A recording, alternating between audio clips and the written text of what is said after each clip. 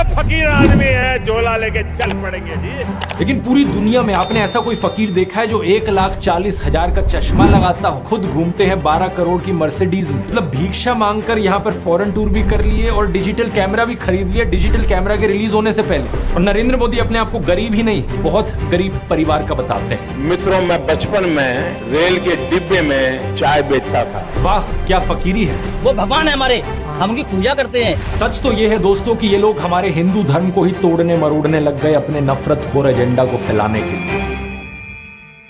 नमस्कार दोस्तों, जर्नलिस्ट अनिल यादव एक बीजेपी वर्कर मंगल वाजपेयी से बात कर रहे थे कानपुर में। मंगल एक लोडर का काम करते हैं, यानी गाड़ियों में सामान चढ़ाने का काम करते हैं। क्या नाम बताएं? योगी साहब, मेरा मंगल वाजपेयी। मंगल वाजपेयी है, यहाँ लोडर का काम करवाते हैं। साथ ही साथ ये बीजेपी एमएलए महेश त्रिवेदी के लिए वॉलंटियर भी करते हैं। ये उम्मीद जता रहे थे कि बीजेपी इस बार 400 पार करेगी। चुनाव में किसका माहौल है? बीजेपी जीतेंगी, जीतेगी 400 के ऊपर। लेकिन जैसे जैसे बात आगे बढ़ती है, मंगल अपनी परेशानियों के बारे में बताते हैं। वो बताते हैं कि उनके पास बिजली नहीं है, सीवर की व्यवस्था नहीं है। हमारे पास बिजली नहीं है घर में, हमारे पास लैट्रिन घर में नहीं है, हमारे पास सीवर व्यवस्था नहीं है। उन्होंने बीजेपी एमएलए महेश त्रिवेदी को कई बार कहा, हमने महेश त्रिवेदी से भी कई बार कहा कि 20 फुट पाइप पड़ना है, तो अगर पड़ जाए तो हमारे घर की सीवर व्यवस्था बन जाए।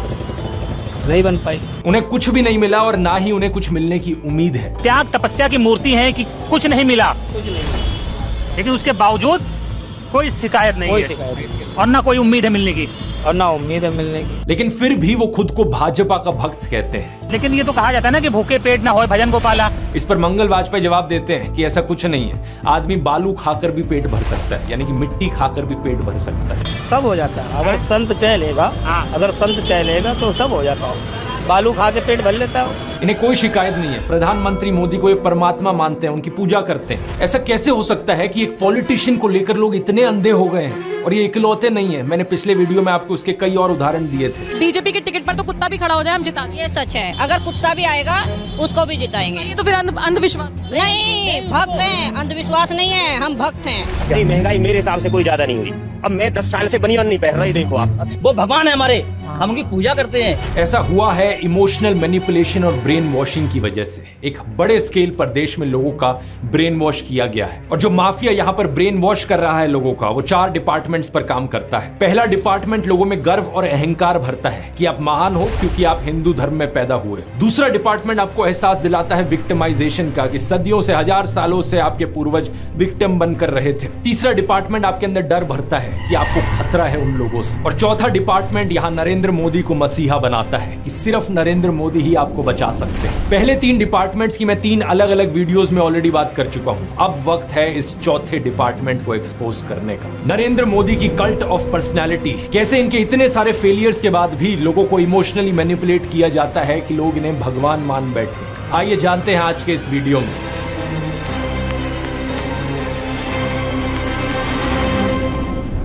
जून 2013 की बात है दोस्तों। राइटर नीलांजन मुखोपाध्याय ने एक किताब लिखी नरेंद्र मोदी के ऊपर। ये एक बायोग्राफी थी। इस किताब में लिखा गया कि कैसे नरेंद्र मोदी जब 6 साल के थे, वडनगर रेलवे स्टेशन पर गुजरात में वो चाय बेचा करते थे। ये चाय बेचने वाला किस्सा तभी से लेकर नरेंद्र मोदी की संघर्ष की कहानी का ये एक मेजर टॉकिंग पॉइंट रहा है। 2015 में जब टाइम मैगजीन ने प्रधानमंत्री मोदी का इंटरव्यू लिया तो उन्होंने बताया कि कैसे वो एक बहुत गरीब परिवार से आते थे, कैसे बचपन में वो चाय बेचा करते थे रेलवे स्टेशन पर। इनकी एग्जैक्ट लाइनें सुनिए। मैं पॉवर्टी में पैदा हुआ हूँ, बचपन में मेरा पूरा बचपन पॉवर्टी में बीता है। मेरे लिए पॉवर्टी एक तरीके की पहली इंस्पिरेशन थी मेरी जिंदगी में। लेकिन कितनी सच्चाई है इन बातों में, बहुत से लोगों ने टाइम टू टाइम सवाल उठाए हैं। जैसे कि नरेंद्र मोदी के बचपन की ये फोटो देखिए। वे 1950 यानी 1950 में पैदा हुए थे। क्या उस समय किसी गरीब परिवार में पैदा हुए बच्चे के पास ऐसे कपड़े होंगे? जरा खुद ही सोचकर देखिए। सूट तक पहन रखे हैं इन्होंने अपनी बचपन की फोटोज में। मैं खुद 1994 में एक मिडिल क्लास फैमिली में पैदा हुआ हूं, लेकिन मेरी तो बचपन की ऐसी कोई फोटो नहीं मिलेगी आपको जिसमें मैंने कोई सूट पहन रखा हो। और नरेंद्र मोदी अपने आप को गरीब ही नहीं, बहुत गरीब परिवार का बताते हैं। इंडिया टुडे ने इनकी पुराने घर की एक फोटो पब्लिश करी थी, स्क्रीन पर देखिए। बहुत बड़ा घर नहीं है, लेकिन क्या आपको ये 1950s की किसी बहुत गरीब परिवार का घर दिखता है। परिवार में नरेंद्र मोदी के 5 भाई और 1 बहन है। 2 साल पहले नरेंद्र मोदी के छोटे भाई प्रहलाद मोदी ने कहा था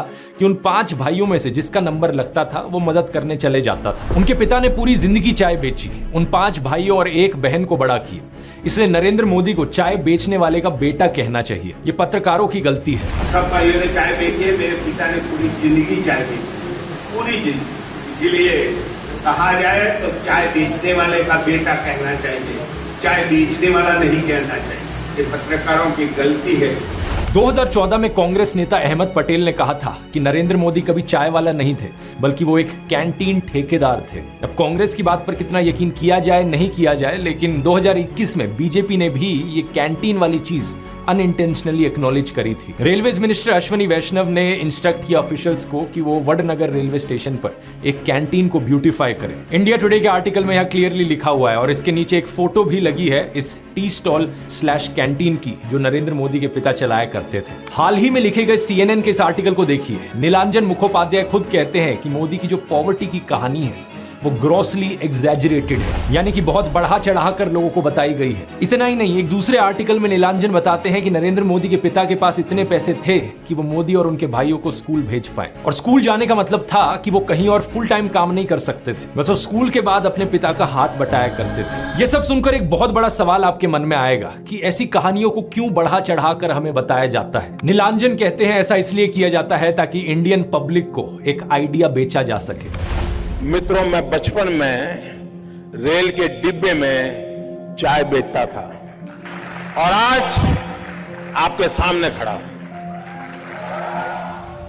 कोई भी इंसान अगर समझदारी से सोचे तो वो जानता है कि इस बात से फर्क नहीं पड़ता। एक अच्छा नेता गरीब परिवार से भी आ सकता है और अमीर खानदान से भी आ सकता है, और यही चीज कही जा सकती है एक बुरे नेता या डिक्टेटर के बारे में भी। उदाहरण के तौर पे बात करें, कंबोडिया का जो डिक्टेटर था पोल पॉट, वो एक अमीर खानदान से आता था, लेकिन इटालियन डिक्टेटर बेनिटो मुसोलिनी एक गरीब परिवार में पैदा हुआ था। उसके पिता एक ब्लैक स्मिथ थे और वो बड़े गर्व के साथ इन चीजों को प्राउडली एक्सप्रेस करता था कि कैसे वो जनता के बीच से निकल कर आया है। रशियन डिक्टेटर जोसेफ स्टालिन के पिता एक मोची थे, यानी जूते बनाने वाले, और माँ एक धोबिन थी। और दुनिया का सबसे जाना माना तानाशाह हिटलर भी एक गरीब परिवार में पैदा हुआ था। लेकिन गरीब परिवार में पैदा होने का मतलब ये नहीं कि उसने गरीबों के लिए काम किया था अपने करियर में। उल्टा जानते हो क्या, हिटलर चंदा धंधा का मॉडल चलाता था अपना खुद का। उसके समय में बहुत सी क्रॉनी कैपिटलिस्ट कंपनियों ने करोड़ों का प्रॉफिट कमाया। IG फार्बन, डॉयचे बैंक, BMW, कुछ गाड़ियों की कंपनीज जिनको आज आप जानते हैं और कुछ लोग इन गाड़ियों के पीछे बड़ा भागते हैं, पोर्शे, मर्सिडीज बेंज, फोल्क्सवागन, इन सब कंपनियों ने चंदा डोनेट किया था हिटलर को अपने समय में। 2016 में BMW ने माफी भी मांगी थी इस चीज को लेकर। इस आर्टिकल को देखिए, रिग्रेट एक्सप्रेस किया था कि वो एक समय पर हिटलर को सपोर्ट किया करते थे। इंडिया की बात करें तो हाल ही में हमने देखा इलेक्टोरल बॉन्ड स्कैम। मैंने पूरा वीडियो बनाया इस पर कि कैसे ये एक घोटाला नहीं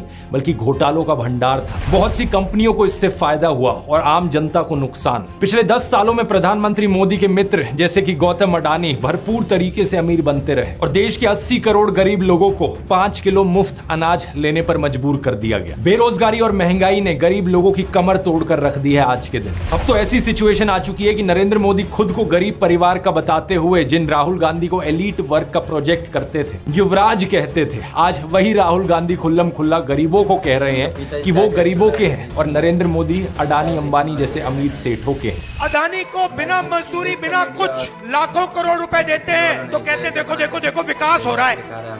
हमने मनरेगा किया, मजदूरी के लिए पैसा दे रहे हैं और कहते हैं गरीबों की आदत बिगाड़ रहे हैं। मैं आपका हूँ, वो उनके हैं। राहुल गांधी कह रहे हैं कि जितना रुपया नरेंद्र मोदी ने अडानी को दिया है उतना रुपया वो देश के गरीब लोगों को देंगे। और मैं देश को फिर से दोहरा के कह रहा हूँ, जितना पैसा नरेंद्र मोदी जी ने इनको दिया है ना, उतना ही पैसा हम हिंदुस्तान के गरीब लोगों को देने जा रहे हैं। महालक्ष्मी योजना, पहली नौकरी पक्की योजना, इन योजनाओं के माध्यम से करोड़ों लाखपति बनाएंगे। इन्होंने 22 अरबपति बनाए, हम करोड़ों लाखपति बनाए। प्रधानमंत्री मोदी इसका ज्यादा जवाब दे नहीं पाए। उल्टा उन्होंने कोशिश करी थी ये कहने की कि अडानी अंबानी एक्चुअली में कांग्रेस के साथ मिले हुए हैं। जरा एक शाहजाद कोशिश करें इस चुनाव में ये अंबानी अडानी से कितना माल उठाया है, मार्च में आई इस रिपोर्ट को देखिए, भारत में इनकम इनइक्वालिटी 100 साल में सबसे ज्यादा हो गई है। इतनी बुरी हालत अंग्रेजों के जमाने में भी नहीं होती थी। ऐसे में अगर राहुल गांधी ने संकल्प लिया कि अगले 5 सालों में वो सभी 22 करोड़ गरीब लोगों को गरीबी से निकाल देंगे, तो इसमें क्या गलत किया। लेकिन पीएम मोदी इस बात पर भी तंज कसने लगे। उनके पास खुद कोई अपना विजन नहीं है। 80 करोड़ लोगों के हाथ में कटोरा पकड़ा दिया